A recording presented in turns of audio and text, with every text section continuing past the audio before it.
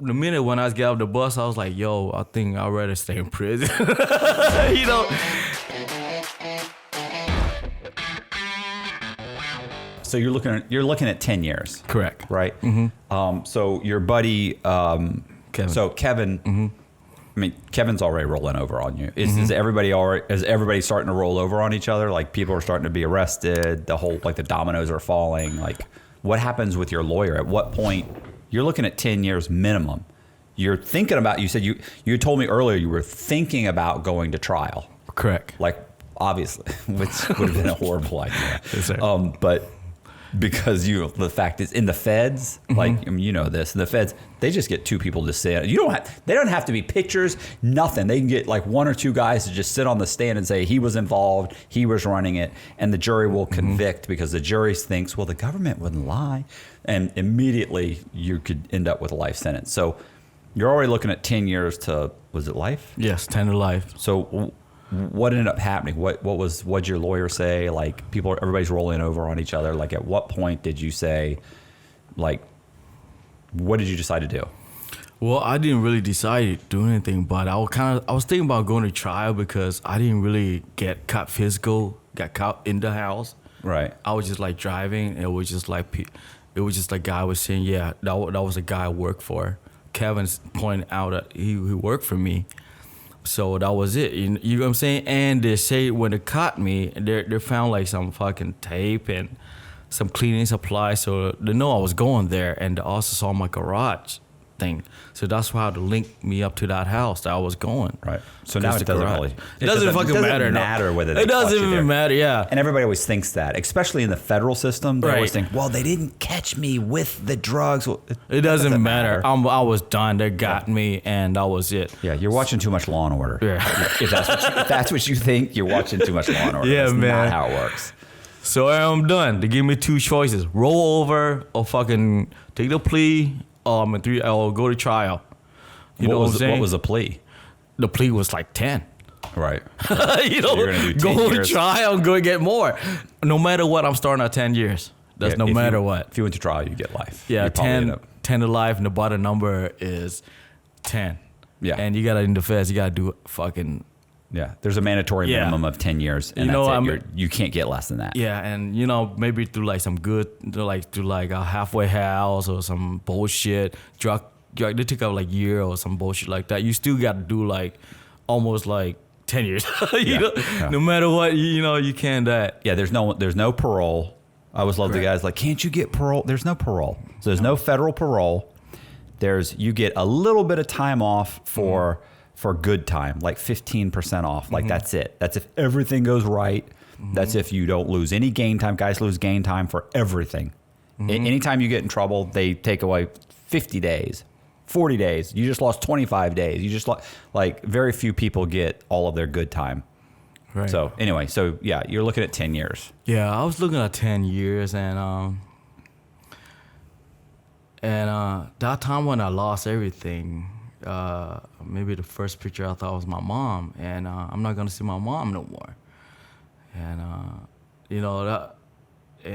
it's kind of like it fucks you up. Like, should I snitch? Should I cross a fucking line? Should I do this? Should I do that? I got my fucking balls. Like what are my plans? What are my options? What are my choices? And and there's loyalty, and there's hey, I have a fucking life and this and that. So how do you choose between loyalty and having your life? You get what I'm saying? Because everybody's guilty. We all do. Aaron was guilty because he know what I was doing. Kevin know what I was doing. We all guilty. We just don't fucking admit shit. And I was thinking like, and the cops are pressing me hard. The feds, they're like, we're going to hit you, lead participant, money laundering, and all this fucking charges. I had like, bro, what the fuck, man? And all my lawyer was already did was like, just fucking, I don't know, kid, just take the fucking plea. To give you this how it is in the feds. We don't got much time it is, and just take it. And then I was like, no matter what, I'm getting 120 fucking months. And I think I was young, and I didn't. What kills me the most is like I didn't went down for some shit that I did, like I got caught with. This is Kevin. He snitched on me. So that was my self defense, like justifications. Yeah. That was So your I was like, justification. yeah, like, oh yeah, I was like, that motherfucker snitch on me, and this, why should I go down like that? So that's why I dragged Aaron down, because Aaron's the one that introduced Kevin to me and said he was good for it. I trust this motherfucker. He ain't around snitching, fucking took my whole fucking family down. So I was so fucking pissed. I thought about that. So maybe that was my way out, or whatever it is. Right. So I ended up rolling on Aaron. It's fucked up. It's fucked up. I almost fucking cry and try because that's my friend. And But he was cooperating too, yeah, right? no, he Went to trial? yeah, but then like it was so fucked up but he only got like 10 years, so he's out right now already, But what fucked up is like I never lived that life as like telling somebody. I live in that fucking that hood life where you don't tell shit. But when the cops, when everything is taken, your finance away from you, your family's away from you, every fucking thing's away from you, and you always want to look for somebody to blame and whatever it is. So I kind of like, I blame Aaron why he introduced me to Kevin, did all of that. But in reality, years later, when I'm right now, I'm thinking, man, you know what I'm saying? Like, I'm sorry, like. The game play like that. That's how, sometimes that's how it is. Like, we all fucking guilty of what we do. So I feel bad that I told on him, but. Did Kevin tell on him? Did Kevin cooperate against him? Yeah, Kevin cooperated, and Kevin snitched me first, so. Right. Yeah. So Kevin, Aaron, there were also your family members ended up getting jammed up, right? Yep. So there's a bunch of people that ended up getting Correct. Okay. Well, so how much time did you end up getting? Well, the cops ought to worry about the feds, the main feds, fucking officer, what his fucking name is. He wondered how I did this organizations, how I did it. And he wants to know like how I was able to steal all this power, because they don't know that. So they want my piece. That's why, like, I got a reduced sentence because of that too. Because I told him myself. That's why I was able to walk in the yard. People like you cannot really walk in it. You know what I'm saying? Yeah, yeah. So yeah, so that's how I was like. I told myself too. You know what I'm saying? They asked how you did it, and it's, You explained how you rigged the the power, the power fucking thing, and everything else. So I ended up serving. I think it was like 4 years, 2 months, or 4 years, 5 months, instead of 10 years. When you say 4 years, how much are you including your halfway house? That's including everything. Oh, okay. I didn't get a halfway house. You didn't get halfway house? I didn't get none of that. I thought I was getting deported. Cause like I used to be, I'm an American citizen. So I thought I was getting deported. And I'm an American citizen now. Fuck yeah. Right. I won, but I thought I was gonna get deported. So as soon as they released me, I thought immigration kind of picked me up and deported me, because Holy shit, I was that able- would have sucked. Yeah, bro. So think about like all the shit I went through. So, when I get out of prison, I was like, I didn't know where else to go. And since I'm an introvert, prison was kind of cool because I don't really I could deal with by myself. I don't really, you know what I'm saying? Right. So it wasn't that bad. My mind Yeah, I used to. Yeah, I was the same way. Like I just want to be able to read and walk the yard. Yeah. Walk laps and work out and just. I want to eat my meals and I want to be left alone. Like I don't want to. I'm not here to hang out and play softball and make a bunch of friends and stuff. Like it's not. I had a very small group of guys I talked to. Yeah. Very few. I knew some guys that were like social butterflies. Like they were like, hey, Jimmy, John, Bob, what's up? Hey, we're all getting together. Like they're playing softball. They're on 2 softball teams. They're playing in Handball. handball competitions. They're in the culinary arts classes. They're taking ACE courses. Like, what the hell? Like these guys are like, it's like college for them. They loving it. Yeah. Yeah. I wasn't. I just wrote. Yeah, man. So my story is a little different. That's why my shot caller, I could walk around the yard and be like that, because it wasn't like I crossed boundary, but it wasn't like it wasn't like I did it myself. It it was like somebody, you know what I'm saying? Right. So that's why I was able to do, like, I just walked the yard and they just, where'd you get sent? Yeah. Pekin, Illinois. So, that time it was good. I mean, I went through all that bullshit. I'm glad the trial's over. All this bullshit was over. Now, I got a few years I want to do. And so I don't know when I get out. So one day, I just get a phone call from my lawyer, but like, hey, we just sat it out with the judge. You're going to be released. And I'm like, what? What do you mean? Like, yeah, everything is done. You got your cut, whatever it is. You know what I'm saying? So that day, I like 2 days later after the phone call. So you got 10 years. Yeah. How long before you got your sentence reduced? 4 years and some change, 4 years and 3 months. Oh, Jesus. My God. That's a long time. Yeah, well, they come here right away, then they just kicked me off the prison. So that's why, like, I wasn't prepared. Well, what most people don't realize is, Yes, right. So I think if you're someone who's watching it, they're like, okay, so you actually, like, you'll get sentenced. So you got 10 years. Correct. You're doing 10 years. Correct. And then you have to wait. So you cooperated, but you have to wait for the government to file something to reduce your sentence. So a lot of times they might never file it. Like, you might cooperate, help them out, do everything you need to do that they ask you to, and they go, we disagree. It didn't really help us. And then that's what happened in my case. Right. Like, I cooperated twice, and both times they tried to not give me anything.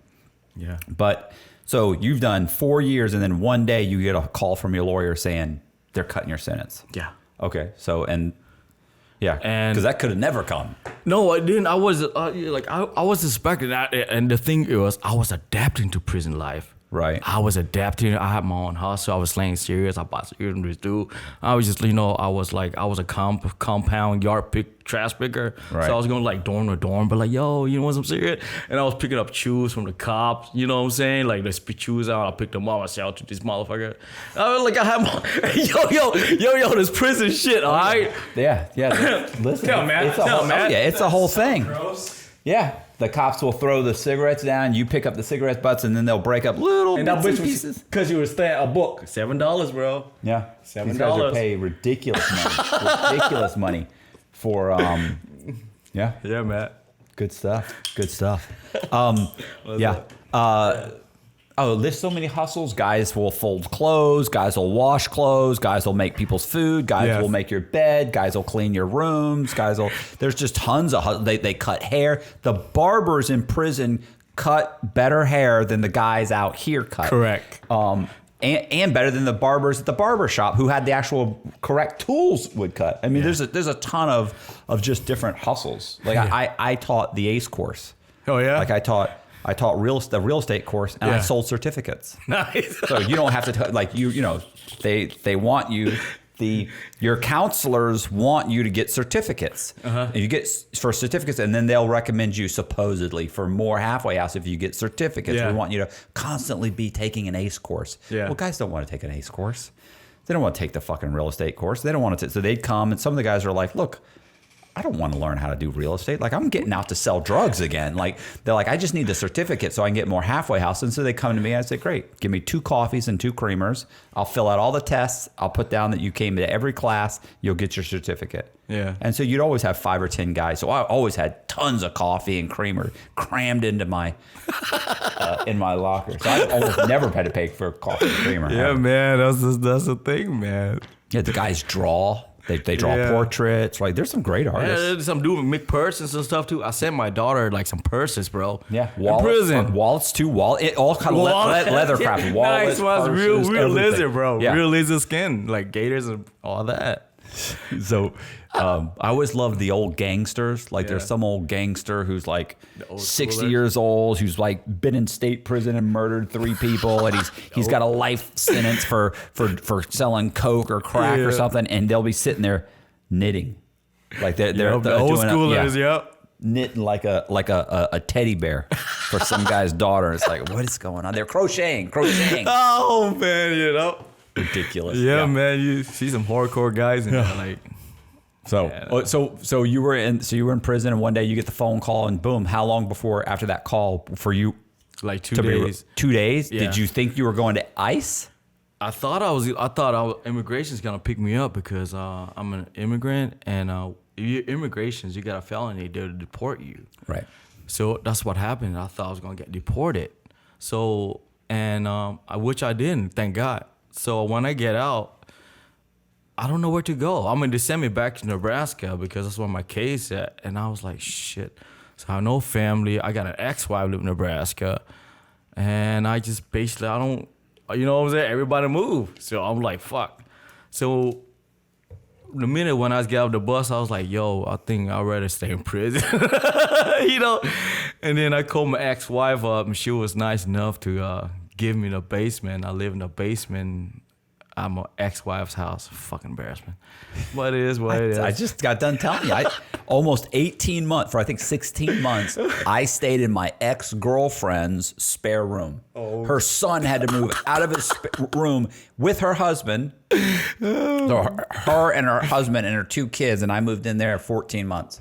And listen, when I left, none of them wanted me to leave. I'm doing all the odd jobs that the husband doesn't want to do. Of course. The 2 kids love me. Yeah. Like they still text me. I got a text yesterday from one of them.